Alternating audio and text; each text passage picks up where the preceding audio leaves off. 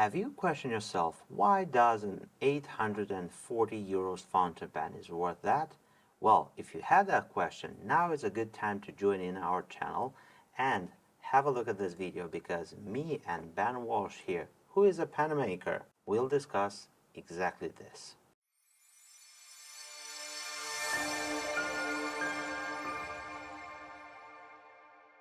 Welcome back to the channel, ladies and gentlemen. I'm your host from Pen Venture. Welcome to another video in which we have as a guest Ben Walsh from Gravitas, and he is a pen maker and he can tell you a lot of things regarding fountain pens that I cannot even just put in words. And today's video topic will be, why does a 840 euros fountain pen is worth that, and can this price justify what goes into creating this beauty? And we choose a pen which is by no mistake one which is iconic, is the Bronze Age Homo sapiens from Visconti, and it's not mine and it's not his, so we are entitled to share our opinions on a lot of things that goes into such a fountain pen. We have this one, which is a demonstrator one from my personal fountain pen collection. In order for Ben to show you what goes around inside, this is a personal piece of mine. It is inked up, and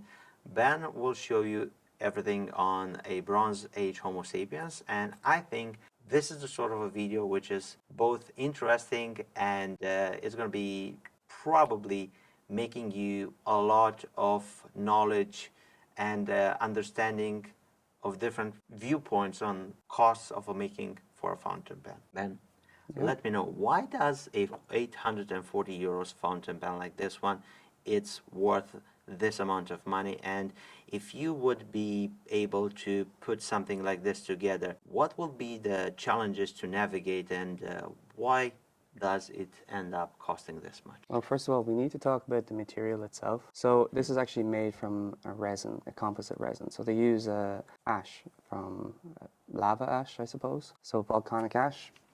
And combined with a resin with pigment put into it, it's very difficult to do. It's incredibly difficult to do. It's a proprietary technique. I don't know how they do it. I can only speculate. But to do this, you're dealing with something that nobody has really done before. You don't know how this material is going to respond, react. I think they did a lot of testing for something like this, because it sort of have a specific balance. Like it needs to be workable, or to be put into like a piece of equipment that can turn it into a pen. So when it comes to how much filler material do you put in? So filler material is what the volcanic ash would be, and what percentage of resin to filler material would you use. If you use too much resin, it's not going to have the lava look. The consistency, of course. If you use too much of the volcanic ash, it might be unworkable, you might not crumbly, you won't be able to get rid of the bubbles. So what has to happen is you have to find that perfect blend. That takes a lot of work, and you will have to work with specialists, experts. That's a lot of funds as well, right?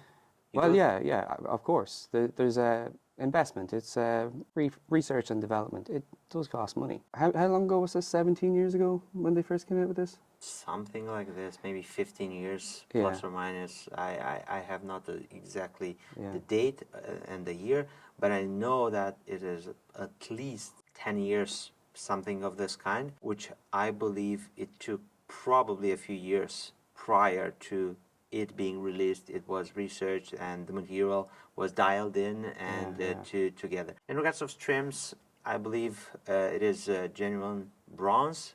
Solid bronze. I can see it's slightly turnishing, which would indicate that it is bronze. Let me have a look at this. So if you put it on the camera like this, we can see that there is some aging going on, but this stuff, it's normal, right? It's called the Bronze Age for a reason. So they used real bronze. If it didn't tarnish, then it would be a rather cheap plating to look like bronze. But this is the real deal, which makes it actually more expensive to work with. To machine this material, to actually machine something with an abrasive compound inside, we can call it an abrasive compound because technically volcanic ash is very, very hard. If you put that on a sandpaper and rubbed wood, you'd be able to sand it, and you'd sand metal. It will grind metal away. So when you're cutting into this, you have to use a lot of tooling. Sometimes you might have to use specialist tooling. You might have to get that made. You're going to have to talk to a company that specializes in inserts for the CNC machines. The dust from this will destroy your machines. So you're going to need a specific system to evacuate the chips and the dust and the powder. So that's going to be a more expensive machine, more expensive tooling. So that's just the material. Then, by the looks of it, I don't see too much going on this fountain pen, like on this trim right here, as being laser engraved. So actually this requires a specific machine, and if I'm not mistaken, it was happening individually on a specific machine, one ring at a time. So you cannot do that amount of rings just engraved and the trim element. So that takes times and funds just as well. It's a very it's not the quickest way, the easiest way, or the cheapest way. It's the most expensive way. But it has a specific look that you can't achieve any other way. Yeah, It's actually beautiful. It's the Homo sapiens way because it's on this. Yeah, and then also they have their proprietary cap, which Yeah. is something that only Visconti has and only Visconti is allowed to do. There's a lot of parts and there's a lot of components. Things have to be put together. So if you look assembled. at this one, which has a more clear view on what's going on inside, you can see that there is an inner cap, a spring right here. When you cap such a pan, it will keep your nib in order to not dry inside the cap. So having it like this, it means one more complication because you have to attach the spring, you have to have right here on top, you will have to have like a screw that holds everything together. That inner cap is going to just simply move up and down with the nib when you cap it. Then, not to point out something which we overlooked. No, we didn't overlook, but it's more clear here. I have to machine this small little, I don't know what they're called, Ben. You're a pen maker. Nubs. Nubs, Whatever you pins, wanna- latches. Yeah, you could call that latch system, yeah. Yeah, so this latch system is very, very tiny, so it's not big. So this has to be machined individually, cap by cap, if I'm not mistaken, right? I don't even know how they do it, but I can imagine it's not easy. I would have to, you know, a 5-axis or 4-axis machine, a milling process. This would have to be put in, and a mill would have to go in individually. A mill would have to come in down and work its way around, and then kind of jump where the pins need to be and keep jumping until it's done. And then they would have to put it back into the machine. To polish it? No. Well, yeah, internal polishing, but then to clean up, there's going to have to be clean up done. So there's many operations that has to be done with just this pen. Yeah, but Now, imagine it being done with a material that doesn't respond the way acrylic will. On the clear demonstrator is actually going on inside the Homo sapiens, and it's actually machined into the composite resin. the Bronze Age lava resin. And that's not going to be easy to do. Yep. This material is not going to react the same way as a normal material, and every single batch is going to be different. I'm sure there's a lot of parts that have to be thrown away. I'm sure that has to happen because this material is going to be temperamental. I wouldn't want to work with a material like this because I know there would be so many issues and I'd have to throw so many bits away, and I don't like throwing things away. So if we go further from this point, so that latches were difficult and time consuming, and probably it needs a lot of tinkering just to get them done well, not thick enough to not rip apart, chip apart, work in only your limitations due to the machinery that you work. If you don't have proper tools and machinists, but Visconti found a way to just do them. Then you have the other part of the capping system, which are the latches right here, which those are also machined, and maybe it's not a 5-axis CNC, but it's also a CNC that's making those milling grooves. Minimum, there has to be a second operation on a lathe. Okay. Minimum. And I don't know how this would have been done 17 years ago. It would not have been easy. Further to that, they also have an integrated filling system in this pen, which means that there's an internal acrylic barrel inside. There's actually a second internal part to the cap in here that has to be inserted in and has to be... There's a system in here how this rod is kept in place. I don't even know how it's done. But however that's done, probably proprietary, not easy, quite difficult. And then if we can actually see in the demo, the way it's actually done, I can't undo this one because it's inked up. But the back system in here is... quite similar to how What you find there? yeah, it's quite similar to how I do it, but this is far better. It's done with a different material. There's actually one more complication in this system. The rod is thinner. There's a lot going on, and this has to be assembled inside. I can actually see a screw where it's assembled at the bottom, so it can be disassembled, which is a pretty good Yep. feature. Yeah, this has a double reservoir feature, which Yeah. the Bronze Age doesn't have, but that doesn't take any complication out of the system. It's still a complicated system in order to be manufactured, in order to be assembled, and also in order to allow the user, probably in the future, a warranty that just can take apart such a fountain pen, change a specific small part, and to just have the pen, your pen back with the internals being new or renewed. Most of the pens that are maybe manufactured today are not considered to be repairable. Most of them are just glued in, and if it's something that's breakable, if it's something that is going wrong or in need of being changed, it's just broken apart, or the pan is smashed literally, and the nib is taken out and introduced into a new pan, and you have a new pan. With Visconti, you will have a proper way to just simply repair it, because it's been done in order to have it available to be repaired. So that's another complication altogether. What goes next into the nib? On this one, it's the 22 karat palladium Dreamtouch nib. So actually, palladium as a nib material is no longer produced because we hit a specific price point on palladium that's just too much in order to be put into a nib. This is 18 karat gold nib, the new one. So actually the new nib, I've seen how this is made, and it's actually done a more complex way and a time consuming way. So I can understand why this nib is so expensive. There has been issues with this nib, but they're working towards making it better and better and better. Making your own nibs in-house, I can tell you, it's quite difficult. I've tried. It's very difficult. It's been going through a process of improving, and at each step, a lot of the lessons that are learned are going to be put together into dialing in the 18 karat gold nib and making it more and more consistent and more reliable from all standpoints. And what we have today on the Bronze Age Homo sapiens is one of those nibs that I find to be stellar.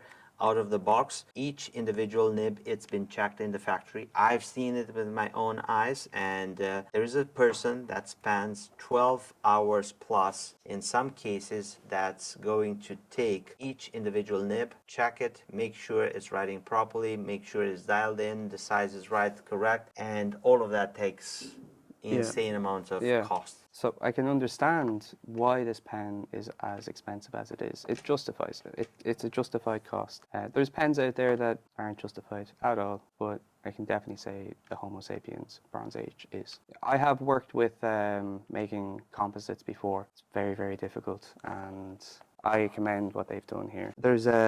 There's a lot to be said about how it's constructed. You know, there's a lot of components involved. There's a lot of steps involved in making this pen. There was a hell of a lot of research and development that had to be done. I think at one point they had a patent on the system. That's a huge cost. To maintain that patent is expensive. Yep. So there's a lot of complexities. There's a lot that had to happen to make this pen. And if I was to make this pen, I couldn't do it. I couldn't do it for the same cost. If we were to judge, like, let's take a pen with an innovating filling system out of a composite material, and to make it iconic and to have all of this premium materials and the premium design on it and the shape and the marketing that goes to just simply have this fountain pen. So if you ask anyone right now, this is one of the pens that everyone will recommend as being a grail pen. Well, it's because it's iconic. When this got introduced, it was laser year ahead of anything till that point, and it remains so much that even today it's regarded as being a grail level fountain pen. And going further today, if you want to design and make and produce reliable such a fountain pen and to put it into a market, to have it into retailers, to have it into a distribution channel, to have it on brick and mortar stores and everywhere, you would need 500,000 euros worth of research, a million plus, I don't know. Oh, I wouldn't know. All I can say is I wouldn't want to take on that challenge. Oh, no, okay. no, So it's not yet. Dante, Dante is a world famous designer. He's probably one of the most iconic pen designers in the whole industry, and he's the man behind this pen. He had a vision, and he might not be part of Visconti anymore, but his vision is still continuing. It's still going. Yep. I have a book at home, and this is in it. Yep. It's in a history book already. So So this was my first serious fountain pen. So the Bronze Age Homo sapiens. Another one that I have today was the pen that I just simply took on from Visconti as being my first Visconti fountain pen. It put a serious wow factor. The first time that I've met such a pen in person and I took it in my hands, it was actually I was like telling to a lot of my family and close people, like, it's made out of a stone. yeah, It was shocking, and it still is today for a majority of people that are just simply looking for that their next fountain pen. Although in the last few years this fountain pen went in price, it was priced around 650 euros plus or minus. I can't remember exactly, but as of now today, including VAT, this pen is valued at 840 euros. Yeah, And that's price point today, which it's expensive, but 200 plus more. yeah, but when it was released, it was considered an expensive pen. Also, definitely worth it at the time, and still is worth it now. With the complexities in getting gold, for example, is I don't know how much gold has gone up in 7 years. Maybe it's doubled. Machining cost tripled. Things have gotten a lot more expensive.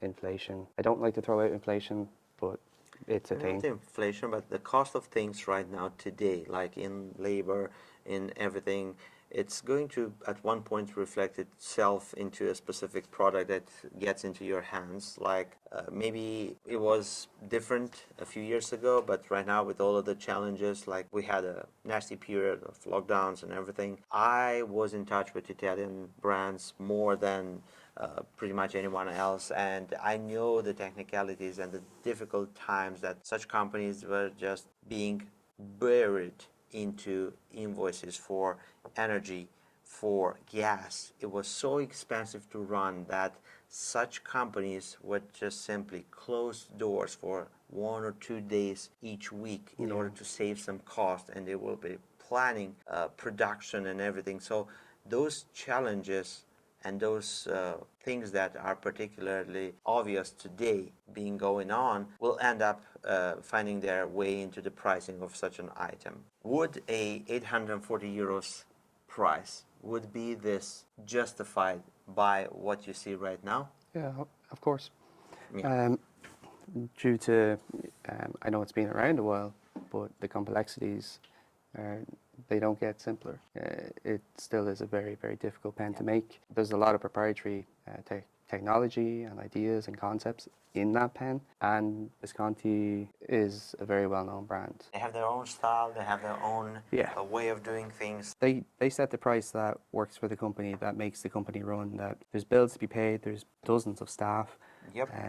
There's distribution networks. There's a lot going on. They have their own manufacturing facility, and as Italian pens go, this was revolutionary when it was launched, but ever since then Visconti always came up with things that looked ahead of their time, were just simply mind-boggling to comprehend. I've seen retractable nib fountain pens, different materials, acryloid, which is celluloid in acrylic suspension, which is pushing the envelope. And not only that, maybe you just look forward at getting the Bronze Age as a pen. yeah, But you have to understand that as the company goes, Visconti is not going to make their own revenue only based on the Homo sapiens. No, you will actually pay a price for Homo sapiens in regards to make the whole company and the whole range of models go on. So they are the people that take on the calculus and they make the pricing and what they offer in each specific model in order to contribute to the greater good of the entire company. So they have an entire collection, different price points, super ahead of time and at the edge of the limit of budget. So we have pens that are costing in upwards of 5,000 euros, and then you go down and you have entry price pens, which are the Van Gogh and the Rembrandt. In order to make all of them move further and to grow as a company, you actually have to go and spread the pricing in between all of the models. Yeah. Or at least this is how I would have do it as if I would be running the company. I wouldn't go and put this pen at price at, I don't know, 500 euros because it's a top seller, and I'll be losing actual funds creating and putting this pen into market just to gain it from other collections that I would be in need of overpricing. So I would make an average, a logical average in which I'm going to deliver you this at this price point, and I'm going to spread on each collection, and like this everyone will benefit at the growing of the company. Yeah, I have a funny story. It's an anecdotal story about how difficult one of these is to make, or actually it was a Davina. But there's companies in China that are very, very good at copying pens, and they tried to copy a Davina. They've tried to copy the Homo sapiens. Not even the Chinese companies that are really good at this could replicate the Davina Or the Bronze Age. or the Bronze Age. They just couldn't do it. They couldn't do it because it was too expensive. So I have my Davina here, which I'm super proud of, and this is one of those pens. Inlaid silver into celluloid. Yeah.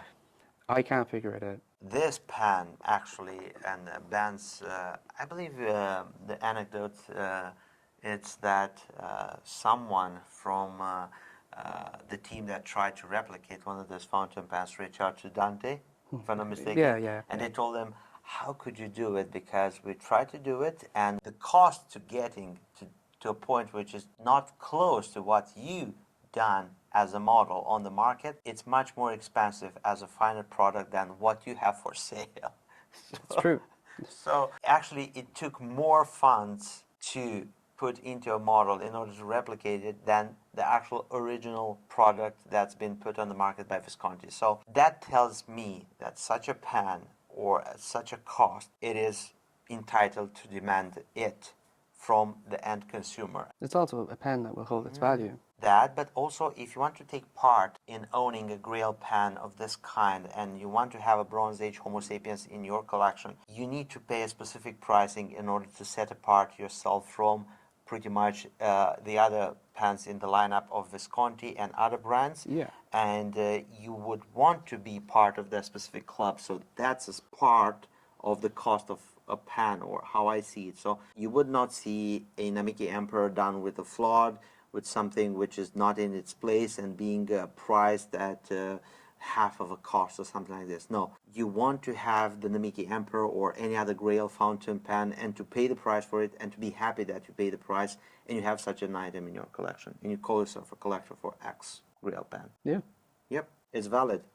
It is justifying the price. So it's not like this, it's like this. But you need to just simply understand what goes into creating such a pen before making the judgment yourself if it's going to be worth for you. So we just try to dial in and to focus on the Bronze Age Homo sapiens as a pen, and it does justify the cost. From this, you can extrapolate what you've learned and what you've seen in this video, and you can go about and make your own assessment towards why this pen is justifying or not justifying the cost. So you need to take into consideration how much time it went into just trial and error in dialing it in.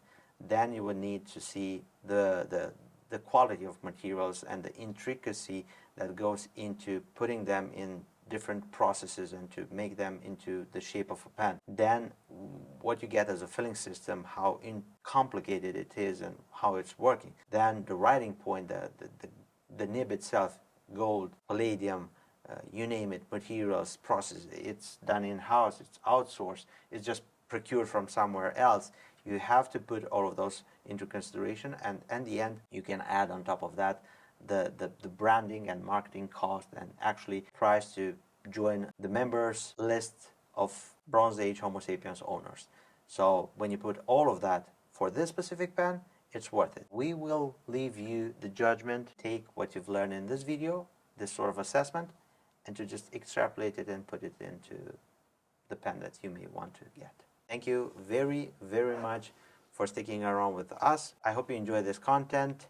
Let us know if you have any questions regarding anything that you've seen in this video. Use the comment section down below. Let us know. We will be more than happy to answer. If you have not subscribed to the PenVenture YouTube channel, and I'm pretty sure that most of you that are watching right now are not subscribed, you can subscribe right now, turn the notification bell on, and you will be notified whenever we have content like this. And also, if you want to continue watching my previous videos, you can click here and have a look at this. Click there. For subscribe. Yeah, take care.